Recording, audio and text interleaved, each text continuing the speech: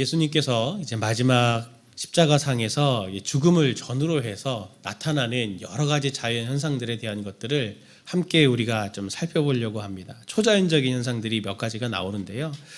그 초자연적인 현상들과 예수님을 통해서 오늘 저희들이 좀 교훈을 받기를 원합니다. 첫 번째 뭘 말하고 싶으냐면 새로운 시대가 열렸다라고 하는 것을 지금 이 초자연적인 현상들이 우리에게 보여주고 있습니다. 예수님의 죽음과 관련돼서 제일 먼저 살펴볼 현상은 45절에 나오는 어둠이 있고요. 또 51절에 나타나는 지진이 있습니다. 이 어둠은 우리가 보는 성경에는 제6시, 우리 시간으로는 낮 12시부터 제9시, 예수님이 돌아가시는 제9시까지, 오후 3시까지 계속 이어졌다라고 하는 걸 볼 수 있습니다. 절기상 이 6월절이 우리로 따지면 대보름 같이, 항상 대보름은 달이 동그래서 대보름이잖아요. 6월절도 항상 이렇게 만월일 때거든요. 그러니 일식이나 이런 자연현상으로는 이렇게 어둠이 있을 수가 없습니다. 이건 초자연적인 현상이죠. 성경에서 초자연적인 현상을 나타나는 곳이 몇 군데가 있습니다. 우리가 잘 알고 있는 출애굽기 10장에 이집트 땅을 향한 저주, 맨 마지막에 장자를 치기 바로 직전에 9번째, 제일 어떻게 보면 강한 하나님의 저주로 이 이집트 땅을 그렇게 저주하시는 내용이 있을 때 그때 바로 이 어둠이 임합니다. 그리고 또 아모스 8장 9절 같은 말씀을 보면 역사의 종말, 곧 하나님께서 이제 이 다윗 왕국을 일으키시고 그리고 이 땅의 왕으로 정말 등극하시는 그날의 상징으로 이 어둠이 등장을 합니다. 근데 어둠만 나타나는 게 아니죠. 예수님이 죽으실 때 땅이 진동을 했다. 그렇게 말합니다. 이 지진은 성경 여러 곳에서 항상 어떻게 나타나냐면 하나님의 임재하심이 있을 때, 성령의 강력한 역사하심이 있을 때, 곧 하나님께서 나타나시거나 일하시거나 할 때 이 지진이 항상 이렇게 동반되는 걸 볼 수 있습니다. 그리고 또 특이한 점이 있는데 마태복음에만 나오거든요. 이걸 이렇게 보다 보면은 다들 안 본 것처럼 다들 생소해 하시는데 51절부터 53절의 말씀을 보면은 거기에 어떤 내용이 있습니까? 51절 후반절부터 보면 땅이 진동하며 바위가 터지고 무덤들이 열리며 자던 성도의 몸이 많이 일어나되 예수의 부활 후에 그들이 무덤에서 나와서 거룩한 성에 들어가 많은 사람에게 보이니라. 그렇게 말하고 있습니다. 무슨 말입니까? 이 지진과 함께 무덤이 열리고 죽은 성도들이 많이 일어난다. 그런데 이 일어난 성도들이 예수님의 부활 후에 같이 예루살렘 성에 거룩한 성에 들어간다. 부활해서 지금 이 얘기가 기록되어 있습니다. 상당히 좀 충격적이죠. 마태복음에만 이 본문이 있거든요. 이건 성경에 예언된 것을 성취하는 것입니다. 부활에 대한 예언이 구약에 있거든요.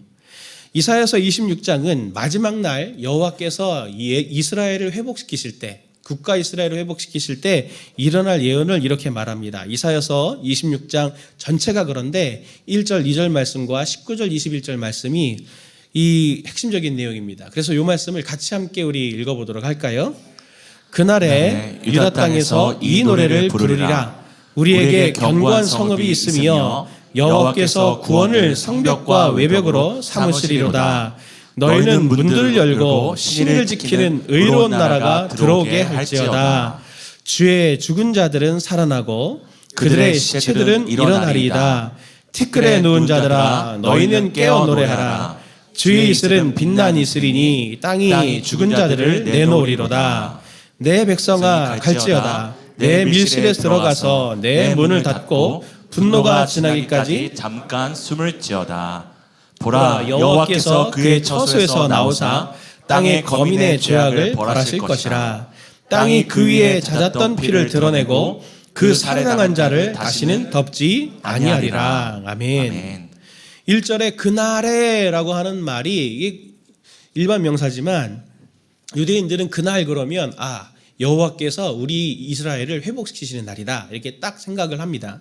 그날에 신의를 지키는 의로운 나라가 들어오게 할지어다. 그러면서 주의 죽은 자들이 일어나고 그날에 그들의 시체가 일어나리이다. 라고 이렇게 지금 예언을 하고 있죠.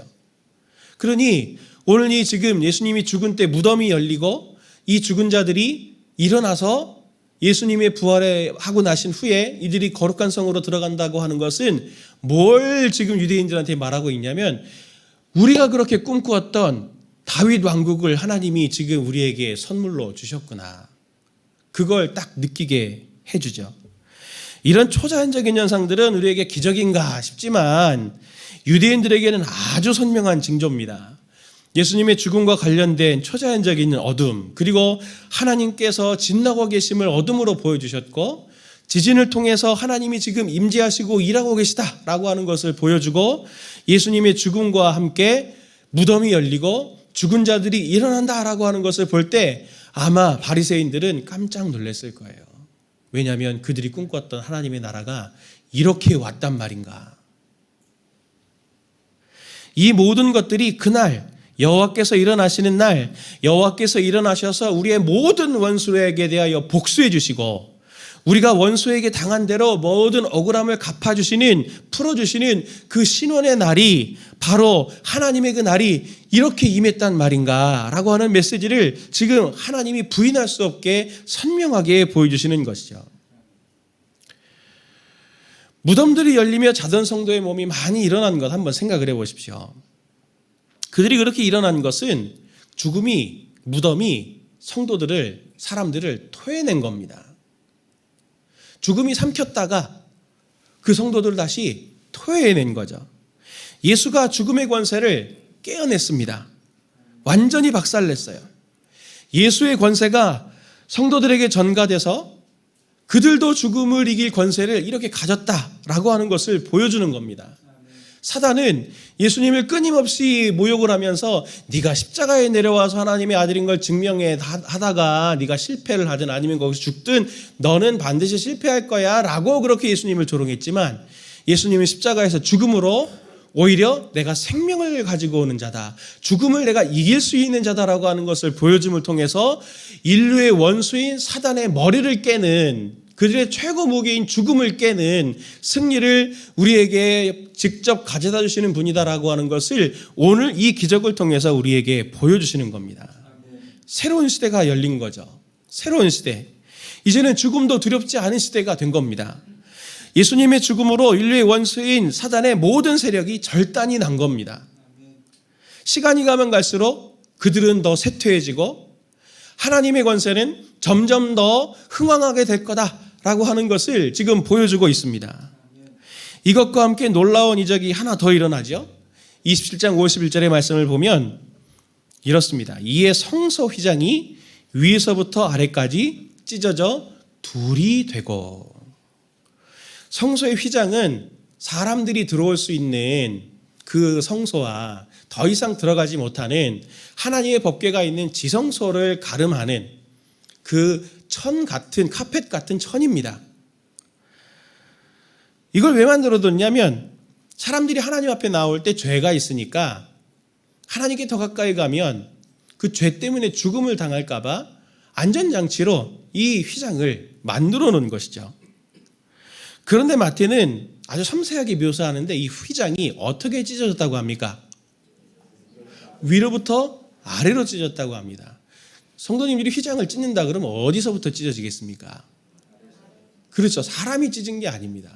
누가 찢은 겁니까? 위로부터 찢었다고 합니다. 하나님께서 이 휘장을 찢으셨다라고 하는 것을 마태가 우리에게 보여주고 있는 것이죠. 하나님께서 우리에게 선언적으로 말씀하시는 겁니다. 예수의 죽음을 통해서 누구나 하나님께 가까이 나올 수 있는 조건이 이제는 성립이 되었다. 새로운 시대가 열렸다. 히브리서 10장 19절 20절은 다음과 같이 말합니다. 같이 봅니다. 그러므로 형제들아 우리가 예수의 피를 힘입어 성소에 들어갈 담력을 얻었나니 그 길은 우리를 위하여 휘장 가운데로 열어놓으신 새로운 살 길이요 휘장은 곧 그의 육체니라. 아멘.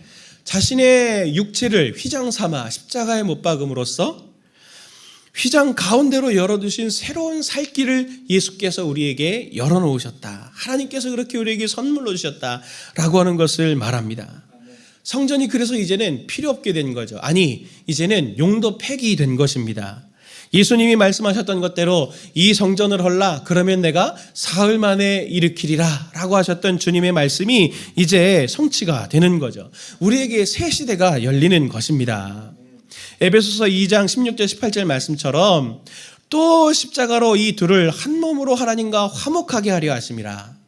원수된 것을 십자가로 소멸하시고 또 오셔서 먼데 있는 너희에게 평안을 전하시고 가까이 있는 자들에게 평안을 전하셨으니 이는 그로 말미암아 우리 둘이 한 성령 안에서 아버지께 나아감을 얻게 하려 하심이라. 아멘.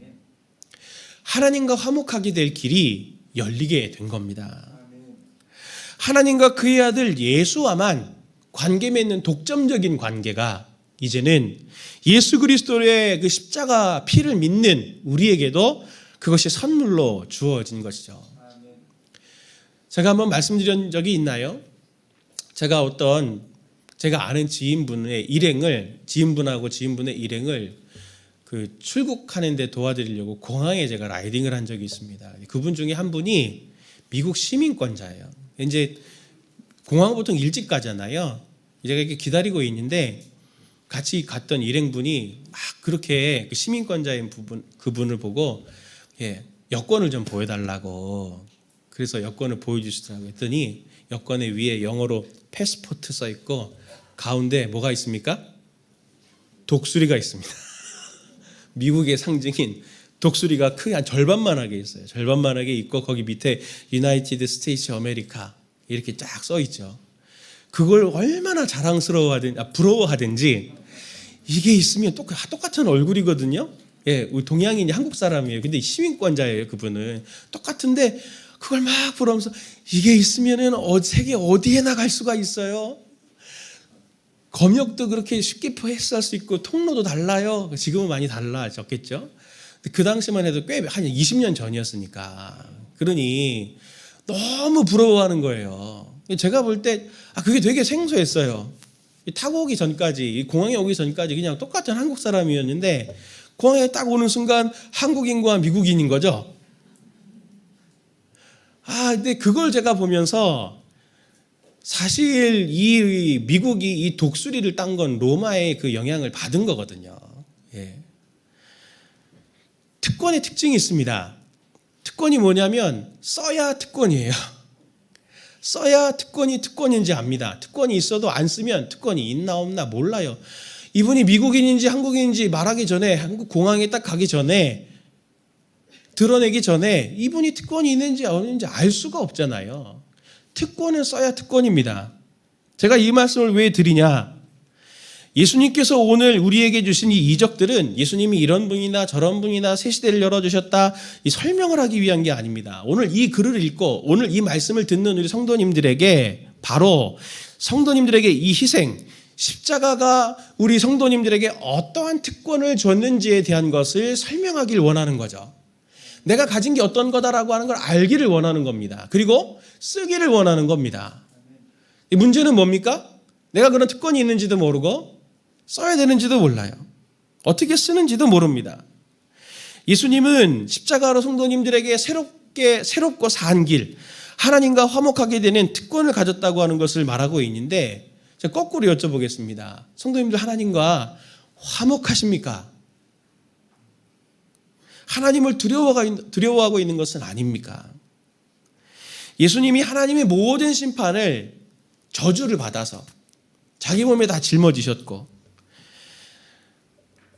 그 모든 죄값을 치르셨는데, 여전히 우리는 내 자신의 남은 죄를 생각하면서 하나님의 심판과 저주를 받을까 봐 두려워하지 못하고, 하나님이 문을 활짝 열어놓으시고 휘장을 찢어가지고 위에서부터 찢어서 들어와라 나에게 와라 찾아와라 그러는데 아무도 안 찾아오는, 하나님을 외롭게 하는 그런 상황을 우리가 지금 만들고 있는 것은 아닙니까? 우리는 그 찢으신 휘장에 유리막을 하나 대고 있는 거죠. 이렇게 하나 대고 있어서 가까이 하면 죽을지도 몰라, 혼날지도 몰라, 무서워 하면서 하나님께 우리가 아직 가까이 나가고 있지 못하는 성도들 생각보다 굉장히 많으시더라고요. 주님께서 얼마나 가슴이 아프시겠습니까? 히브리서 10장 21절 22절 말씀 보니까 이렇게 말합니다. 같이 볼까요? 또 하나님의 집 다스리시는 큰 대제사장이 계심에 우리가 마음의 뿌림을 받아 악한 양심으로부터 벗어나고 몸을 맑은 물로 씻음을 받았으니 참 마음과 온전한 믿음으로 하나님께 나아가자. 히브리서 저자는 우리에게 요청을 합니다. 우리 같이 나아가자. 하나님께로 나아가자. 새로운 시대가 열렸습니다. 하나님께 나아갑시다. 어떤 문제가 있든지 아직 남은 죄가 있다면 주님께서는 와라. 이 보좌 앞으로 나와라. 그래서 남은 너의 해결되지 못한 죄를 해결해 줄 테니 나와라. 라고 그렇게 말씀을 하시는데 우리는 이 죄를 갖고 가면 하나님이 나에게 실망하실 것 같아요. 나에게 책망하실 것 같아요. 나를 저주하실 것 같아요. 심판하실 것 같아요. 하고 두려워하고 있다면 예수님이 왜 죽으신 겁니까? 그 특권을 사용하시는 우리 성도님들 되시기를 바랍니다. 두 번째로 초자연적인 현상과 예수님을 통해서 보는 교훈은 뭐냐면 외치라라고 하는 겁니다. 외치라. 이 어둠이 마무리되어 갈 때 예수님이 크게 외치십니다. 마태복음 27장 46절 말씀이죠. 제 9시쯤에 예수께서 크게 소리질러 이르시되 엘리 엘리 라마 사박다니 하시니 이는 곧 나의 하나님 어찌하여 나를 버리셨나이까 하는 뜻이라. 예수님이 십자가에 계실 때 이 초자연적인 어둠은 예수님이 저주받았다라고 하는 것을 상징하는 굉장히 중요한 메시지입니다. 예수님이 하나님으로부터 버림받은 거죠. 예수님은 지상사역을 하시면서 또 고난을 받는 이 과정 중에서 한 번도 자신이 힘들다라고 하는 감정을 표현한 적이 없습니다. 억울함을 당해도 침묵하시고 사람들이 뭐라 말해도 내가 유대인의 왕이냐? 라고 하는 그 질문에만 내가 내 말이 옳도다. 그렇게 대답하셨지 한 번도 채찍을 맞으면서도 십자가를 지시면서도 힘들다고 말씀하신 적이 없어요. 그러나 오늘 이 십자가 희생을 감당하시면서 힘들어하는 모습이 바로 이 유일한 모습입니다. 엘리 엘리 라마 사박다니. 여기에서 크게 소리질러라고 말할 때는 오늘 본문을 유심히 보면 예수님이 2번 소리 지르십니다. 엘리 엘리 라마 사박다니 할 때 한번 소리를 지르시고 예수님이 숨이 끊어지실 때 그때 한번 소리를 지르세요. 그런데 이 크게 소리 질러라고 하는 이 헬라어 단어가 다릅니다. 여기에서 오늘 이 크게 소리 질러라고 할 때는 목적을 가지고 크게 외치는 거예요. 들으라고 힘을 짜내서. 보통은 십자가에 못 박히면 힘이 서서히 빠져서 소리를 낼 수 없습니다. 그러나 예수님은 힘을 쥐어짜서 의도적으로 엘리 엘리 라마 사박다니라고 하나님과 그 모인 사람들을 들으라고 지금 이 외침을 하고 있는 거거든요. 의도가 있지 않겠습니까? 나의 아버지 그렇게 부르지 않으시고 나의 하나님 그렇게 부르셨습니다. 예수님은 지상의 공생에 사역하시면서 한 번도 하나님께 기도할 때 나의 하나님 이렇게 기도하신 적이 없어요. 항상 아버지여, 나의 아버지 이러면서 기도하셨지 나의 하나님 이렇게 기도하신 적이 없습니다. 이건 굉장히 의도적이죠. 예수님이 인류의 대표로 하나님의 아들로 매달린 게 아니고 인류의 대표로 지금 하나님으로부터 우리가 받아야 될 진노를 예수님이 대신 지고 있다라고 하는 것을 보여주는 굉장히 중요한 표입니다. 예수님이 저주받은 자로 지금 십자가 위에서 외치고 계신 거죠. 한번 생각해 보십시오, 성도님들. 심판의 자리에서 나의 하나님 외쳐야 될 자는 누굽니까? 우리지 않습니까? 우리? 구원을 바라는 우리, 바로 납니다. 나의 하나님, 나를 구원해 주십시오. 나의 하나님, 나는 구제불능입니다. 나의 하나님, 저를 이 저주에서 풀어주십시오. 라고 그렇게 은혜를 구해야 할 게 누굽니까? 나예요. 우리예요. 모르셨어요? 아셨잖아요. 그걸 아는 우리가 오늘은 왜 외치지 않냐고요. 그걸 아는 우리가 오늘 왜 주님께 나의 하나님 왜 나를 버리십니까? 나의 하나님 이 환난 가운데서 나를 왜 이렇게 방치하십니까? 나의 하나님, 나의 하나님, 이 상황에서 나를 왜 구원해 주시지 않습니까? 라고 왜 기도하지 않냐고요. 왜 예수님만 기도하고 우리는 왜 구하지 않냐고요. 왜 주님처럼 하나님과 관계가 단절되면 이렇게 힘들어해야 되는데 안 힘들잖아요, 우리. 하나님의 은혜가 없어도 아무 일도 없잖아요. 통장에 잔고가 떨어지면은 그게 더 위험하고 그게 더 불안하지. 하나님과 관계가 멀어지고 소원해지면은 그것 때문에 막 어떻게 하지 내가 이러다가 내가 어떻게 되는 건 아닐까? 그렇게 막 생각해 본 적 있으세요? 고통의 문제가 있을 때 왜 그렇게 잘 참으세요? 스스로 해결하지도 못하면서 죽음을 이길 길을 내신 주님께 도움을 요청하지도 않고 스스로 그럼에도 해결하려고 합니다. 해결하지도 못하면서 얼마나 우리가 더 고통스러워야 하나님께 나의 하나님 왜 나를 버리십니까? 라고 기도할 겁니까? 우리에게 분명히 문제가 있어요. 우리에게 분명 문제가 있어요. 우리의 문제는 뭐냐면 예수님의 고난, 예수님의 죽음, 예수님의 부활 이런 거를 너무 잘합니다. 지금 우리 성도님들 중에 뭐 고난주 가지고 한두 회 해보셨어요 지금. 처음 십자가 설교 들으시는 거 아니잖아요. 다 익숙한 내용이에요. 너무 잘 알아요. 그러다 보니까 그 벼룩같이 되는 거죠. 누가 실험을 했다고 하더라고요. 맞는지 틀린지 제가 벼룩을 찾을 수가 없어서 안 해봤는데 한번 해보고 싶어요. 비커에다가 벼룩을 넣고 넣으면 벼룩이 튀어나오죠. 거기다가 유리판을 올려놓으면 한참 있다 보면 유리판을 치워도 벼룩이 머리를 부딪힌 게 학습이 돼가지고 딱 그 높이까지만 뛴대요. 우리가 그런 사람들은 아닙니까? 우리가 하나님께 그렇게 관계하고 있는 거 아니냐고요. 머리로만 알고 있으니까 내가 얼마나 지금 심각한지 가슴으로 깨닫지를 못합니다. 내 내면 안에 있는 죄와 죄성이 얼마나 뿌리가 깊은지 잘 모르고 그리고 뿌리 깊은 죄가 얼마나 나를 고통으로 계속 이끌어가고 그 내 안의 죄성과 죄가 나뿐만 아니라 내 가장 사랑하는 사람들을 얼마나 찌르고 그 죄의 영향력이 얼마나 넓게 퍼져서 여러 사람들을 죽음으로 고통으로 몰고 가고 있는지를 잘 모르는 거예요. 머리로만 아는 거죠. 그래서 우리가 늘 삶에서 예수를 파는 거 아닙니까?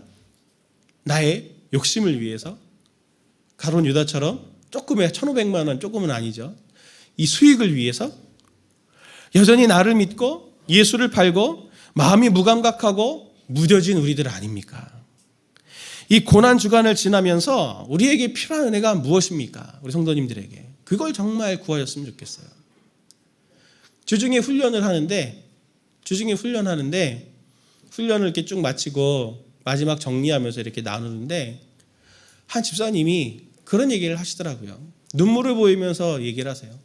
뭐라고 말씀하시냐면 목사님이 훈련이 나한테 너무 안 맞는 것 같아요. 여기서 나오는 말들 다 이해가 되고 목표도 선명한데 나는 너무 자격 미달인 것 같고 수준 미달인 것 같아요. 조금 더 성장한 다음에 이 훈련을 받아야 되는 거라고 생각해요. 제 삶을 이렇게 놓고 보면은 너무 대책이 없어요. 어디서부터 손대야 될지 모르겠어요, 목사님. 그러면서 막 눈물을 흘리시더라고요. 제가 그분을 보면서 하나님께 너무 감사했습니다. 왜 감사했냐면 그걸 어떻게 알았냐고요. 원래 그랬는데. 원래 그랬잖아요. 훈련 받으면서도 악해진 게 아니잖아요. 똑같았는데 어떻게 그걸 알게 됐어요? 성령님께서 알게 해주신 거죠. 오늘 본문을 보십시오. 예수님이 죽으셨을 때 그는 진실로 하나님의 아들이었도다 말하는 사람은 누굽니까? 백부장과 예수의 죽음을 옆에서 지키던 군병들이었습니다. 그들만 있었나요?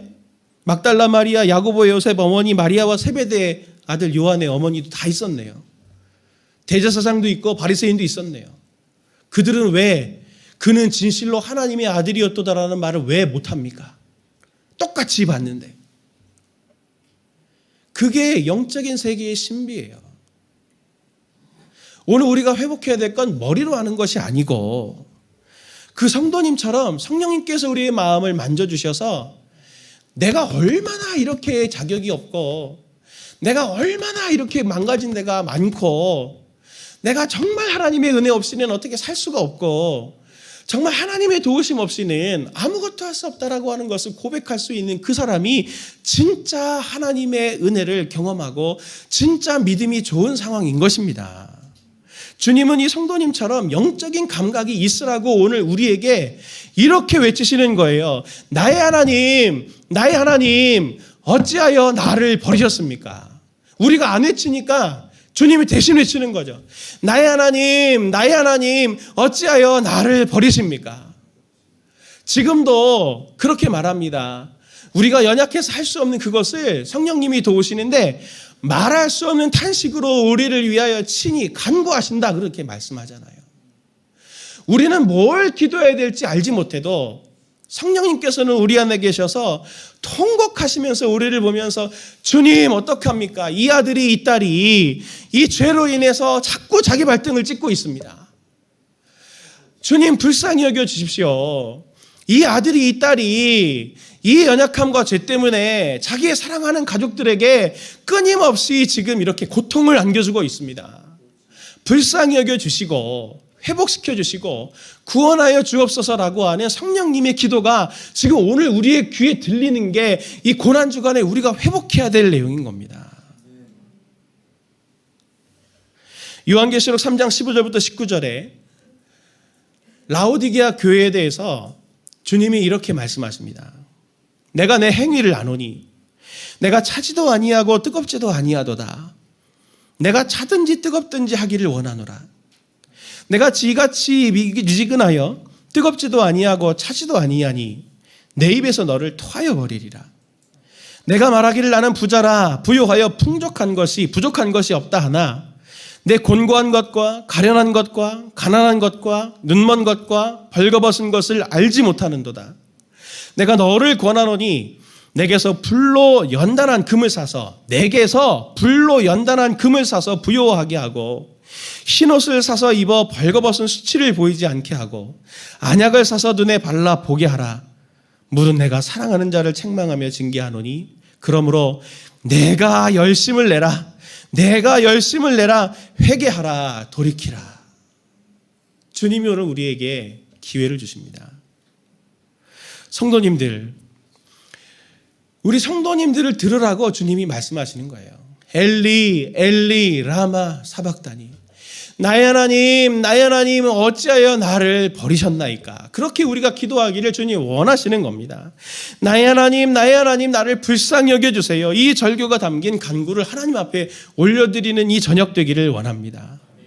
오늘 우리는 이 십자가 앞에서 나의 하나님을 외치는 예수 그리스도를 대하면서 다른 사람의 하나님이 아니라 일반적으로 아는 하나님이 아니라 머리로 알고 있는 하나님이 아니라 내 인격과 삶을 통과해서 아는 그 하나님, 그분을 떠올리고 그분을 생각하면 눈물이 주르륵 흐르고 그분을 누구에게 설명하려고 하면 가슴에서부터 이렇게 무엇인가 올라오는 것 같은 그 하나님을 만날 수 있도록 해달라고 오늘 이 저녁에 우리가 함께 기도하며 나아갔으면 좋겠습니다.